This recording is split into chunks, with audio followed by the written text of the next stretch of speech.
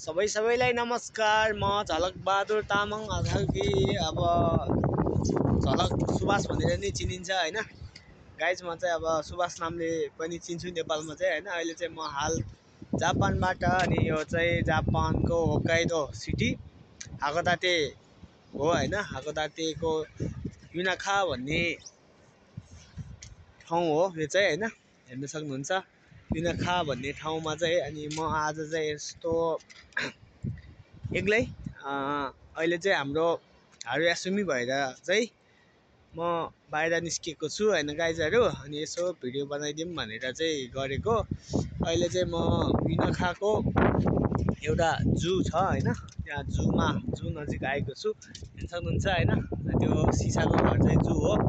अनि पछाडि छ भनेपछि अनि यता चाहिँ समुद्र छ हैन गाइज, हेर्न सक्नुहुन्छ हैन। यो चाहिँ समुद्र हो। चाहिँ यो चाहिँ खोला, युनाखा खोला चाहिँ हैन, युनाखा गाउँ भन्छ के अरे। यो चाहिँ यसमा चाहिँ यस्तो हाँसहरू हैन, हाँस यो त हाँस त होइन तर के हो चराहरू त्यस यता कालिजहरू पनि पाउँछ यो खोलामा चाहिँ हैन।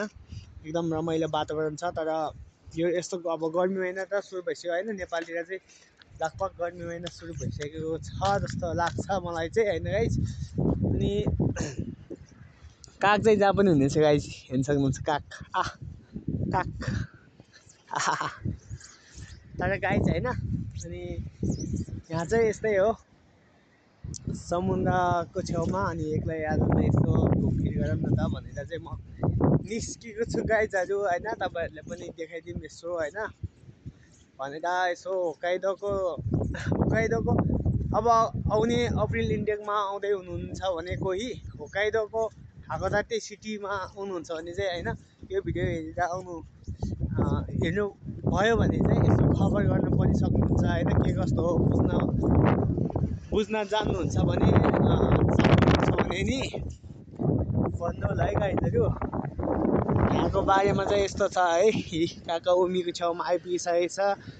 अब यसो एक राउन्ड यसो घुमफिर गरौँ न त भनेर चाहिँ म चाहिँ निस्केको गाइजहरू हैन। अनि के छ, कहाँबाट हेर्दै हुनुहुन्छ भिडियो यसो लाइक कमेन्ट सेयर सब्सक्राइब पनि गर्नु होला। कुन ठाउँबाट हेर्दै हुन्छ यसो कमेन्ट पनि गर्दै गर्नु होला यसो गाइजहरू। यस्तै छ है, हेर्न सक्नुहुन्छ यो चाहिँ समुद्र हो। यो त्यहाँ सानो सानो जहाजहरू यो यहाँबाट हेर्दा चाहिँ सानो देखिरहेको छ गाइजहरू हैन। त्यो चाहिँ सबसे ठुलो नै हो हैन, यहाँको सामान बोक्ने कन्टेनर जहाजहरू हो। अनि यसमा चाहिँ जू छ, होटलहरू हैन, देख्न सक्नुहुन्छ। अब यसमा चाहिँ म चाहिँ यो छेउसम्म जाने कोसिसमा गर्दैछु गाइजहरू हैन। जानु मिल्छ कि मिल्दैन खै, 9 इन्चीको बोट छ कि छैन हेर्नु पऱ्यो गाइजहरू है। 9 इन्चीको बोट नआहिले पनि फेरि गाह्रो हुन्छ। यहाँ हेर्न सक्नुहुन्छ, यो बाटो उता चाहिँ नजाऊ भन्ने रहेछ यो बोर्डले चाहिँ। अनि यो खान्जी चाहिँ त्यसकै बोर्ड हो कि, यहाँबाट प्रवेश नगर भन्ने बोर्ड रहेछ। अनि यहाँ चाहिँ समुद्रको छेउछाउमा यो छाललाई रोक्नको लागि यसरी यो सिमेन्टको डल्ला चाहिँ बनाएर राखेको हुन्छ है गाइजहरू। बालो भरेर ट्याक्क हैन। अनि यहाँ पनि बिस्तारी बिस्तारी मिच्दैछ, यता आउने रहेछ कि समुद्र चाहिँ गाइजहरू हैन। कस्तो लाग्यो गाइजहरू हैन। आज चाहिँ सर्ट भिडियो भयो है। अरू भिडियोहरू पनि हेर्न चाहनुहुन्छ भने है, अब नयाँ नयाँ ठाउँहरू हेर्न चाहनुहुन्छ भने यसो कमेन्ट गर्न चाहिँ नबिर्सिनु होला।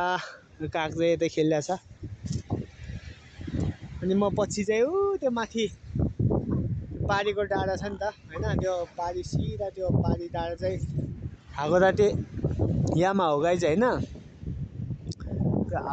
यहीँ आयो हेर्नु है गाइजहरू।